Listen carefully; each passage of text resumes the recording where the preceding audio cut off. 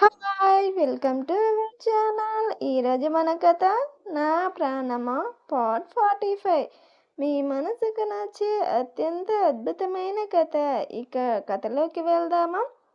అభి తన దగ్గర ఉన్న డ్రెస్ సేల్స్ బాయ్కి ఇచ్చి ఇది ప్యాకింగ్ చేయండి అని చెప్తాడు. అభి, అక్షర అక్కడి నుండి జ్యువెలరీ షాప్కు వెళ్తారు. అభి అక్షర లెహంగా మీదికి సెట్ అయ్యే నెక్లెస్ తీసుకుంటుంటే, ఇప్పుడు ఇవన్నీ ఎందుకండి, నా దగ్గర ఉన్నవి నేను వేసుకుంటాను అని అక్షర ఏదేదో మాట్లాడుతుంటే, ఏయ్ నోర్మి, సైలెంట్గా వచ్చి ఇక్కడ ఉండు అని కసిరిస్తాడు. అభి అలా చెప్పగానే అక్షర నోరు మీద వేలు వేసుకొని వచ్చి అభి పక్కన నిలబడుతుంది. షాప్ ఓనర్ అభి దగ్గరికి వచ్చి, ఏం కావాలి సార్ అని అడుగుతారు. తనకి కావలసినవన్నీ వివరంగా చెప్పి అతడు చూపియగానే అతనికి నచ్చినవి తీసుకొని ఇంటికి బయలుదేరుతారు. వీళ్ళు ఇంటికి వచ్చేసరికి జానకమ్మ హడావిడి అంతా ఇంతా కాదు. అవని ఇవని వాళ్ళకు వీళ్ళకు ఫోన్ చేస్తూ ఆగమాగం అవుతుంది. అవి జానకమ్మ దగ్గరికి వచ్చి, అమ్మా, ఎందుకమ్మా అంత శ్రమ నీకు?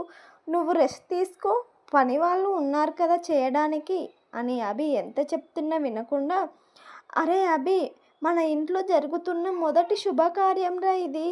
ఇది 4 తరాల వరకు గుర్తుండేటట్టు అలా చేయాలరా రిసెప్షన్ అని ఎంతో సంతోషంగా చెప్తుంది జానకమ్మ. అందరూ నన్ను ఎంత చులకనగా చూశారు. నీ ఒక్కగానొక్క కొడుకుకి పెళ్లి చేయలేకపోయావని నన్ను ఎంతమంది అవమానించారు. ఇప్పుడు అందరి నోళ్ళు మూతపడేటట్టు చేయాలి అని జానకమ్మ అంటుంటే, అభి, సరే అమ్మా, నువ్వు ఎలా చెప్తే అలానే, కానీ నువ్వు ఇలా ఎక్కువ టెన్షన్ పడకు.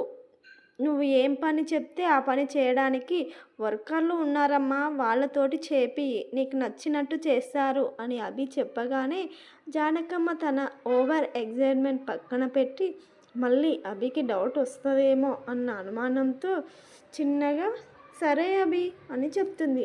మళ్ళీ జానకమ్మనే మాట్లాడుతూ, అరే ఏమేమి తీసుకొచ్చారా అని అడుగుతుంది. రేపు కావాల్సిన షాపింగ్ చేసుకొని వచ్చాం మమ్మీ. రింగ్స్ తీసుకొచ్చారా? రింగ్స్ ఎందుకు మమ్మీ అని అయోమయంగా చూస్తూ అడుగుతాడు అభి. మీరు ఎలాగూ ఎంగేజ్మెంట్ చేసుకోలేదు కదరా, పెళ్ళి కూడా నా కళ్ళ ముందు చేసుకోలేదు.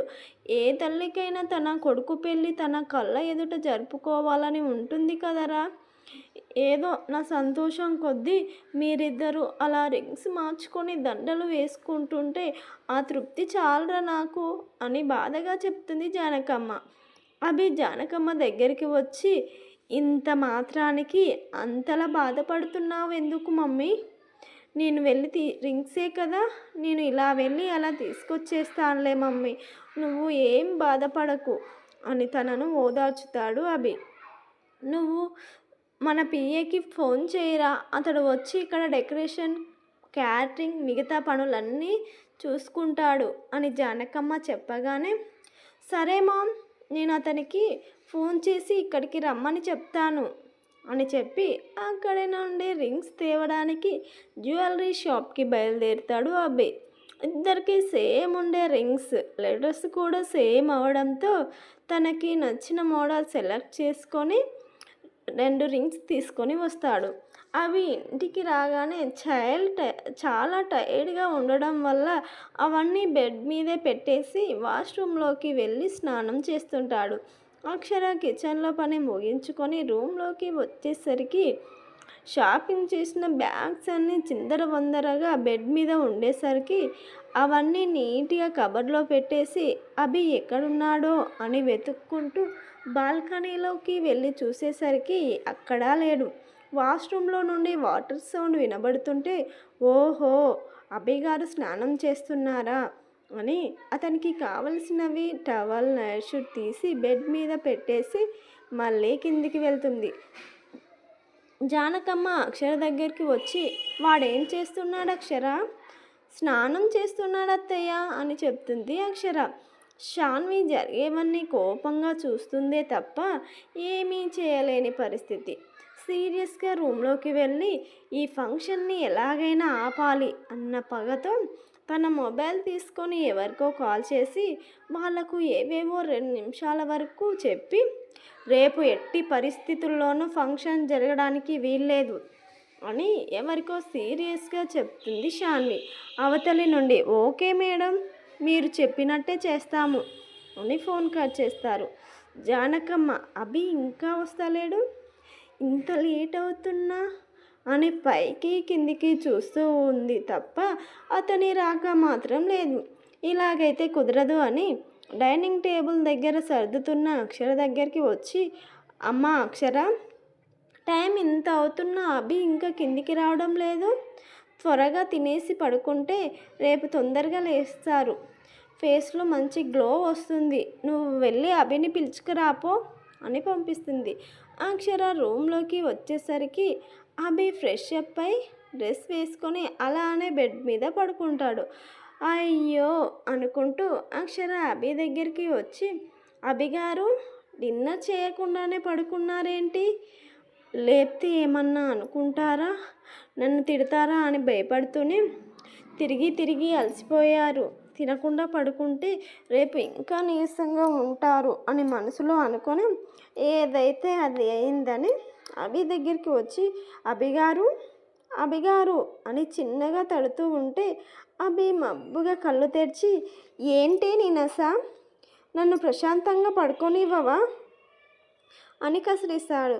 అది కాదు అభిగారు, మీరు తిరిగి తిరిగి బాగా అలసిపోయారు, మళ్ళీ తినకుండా పడుకుంటే రేపు ఇంకా నీరసంగా అవుతారు అని అక్షర మాట్లాడుతుంటే, ఇక ఆపవే తల్లి, నేను తినడం పక్కన పెడితే నువ్వు నా బుర్ర తినడం మొదలు పెడుతున్నావు కదా, వెళ్ళవే వెళ్ళు, నన్ను ప్రశాంతంగా పడుకోనివ్వు అని చెప్పగానే అక్షర అక్కడి నుండి కిందికి వెళ్తుంది. జానకమ్మ, ఏమైంది అక్షర, అభిని తీసుకురమ్మండే ఒకదానివే వచ్చావు? అభిగారు పడుకున్నారు అత్తయ్య గారు. అయ్యో ఏమైంది తల్లి అని కంగారు పడుతూ అడుగుతుంది జానకమ్మ. ఈరోజు బాగా తిరగడం వల్ల చాలా టైర్డ్ అయి అలసిపోయారు అత్తయ్య, నేను వెళ్ళి ఆయనకు భోజనం తినిపించి వస్తాను అని చెప్పి అక్కడి నుండి కిచెన్లోకి వెళ్ళి ప్లేట్లో అన్నం కర్రీస్ పెట్టుకొని అభి దగ్గరికి వెళ్తుంటే షాన్వి కోపంగా, ఇది రోజు రోజుకు చాలా ఓవర్ యాక్షన్ చేస్తుంది, ఇది నా భావను దాని మాయలో పడేసుకుంటుంది అని కసిగా మనసులో అనుకుంటూ పైకి మాత్రం నవ్వుతూ, అయ్యో బావ అసలు ఆకలికి ఆగలేడక్క, బావ తిట్టినా నువ్వు అవేమీ పట్టించుకోకుండా బావకి అన్నం తినిపించేరా అని మాయ నవ్వు తన ముఖాన పులుముకొని చెబుతుంది. సరే అని అక్షర ప్లేట్లో అన్నం పెట్టుకొని అభి దగ్గరికి వెళ్ళి లేపాలా వద్దా అని ఆలోచిస్తూ ఉంటుంది. చిరాకులో ఉన్న అభి ఇప్పుడు అక్షర లేపితే లేస్తాడా, లేచినాక జరగబోయే పరిణామాలేంటి, అక్షర అభికి ఎలా అన్నం తినిపిస్తుంది అని తెలుసుకోవాలంటే నెక్స్ట్ ఎపిసోడ్ వరకు ఆగాల్సిందే. ఈ కథ మీకు కనుక నచ్చినట్టయితే లైక్ చేయండి, షేర్ చేయండి, మీ అమూల్యమైన అభిప్రాయాలను కామెంట్ రూపంలో తెలియజేయండి. ఇలాంటి ఇంట్రెస్టింగ్ కథల కోసం మన ఛానల్ని సబ్స్క్రైబ్ చేసుకోండి ఫ్రెండ్స్. ప్లీజ్ ప్లీజ్ ప్లీజ్ మన వీడియోకి హైప్ ఇచ్చి ఎంకరేజ్ చేయండి. మీరు హైప్ ఇవ్వడం వల్ల మన వీడియో ఇంకొంతమందికి రీచ్ అయ్యి మన ఛానల్ గ్రోత్ వస్తుంది.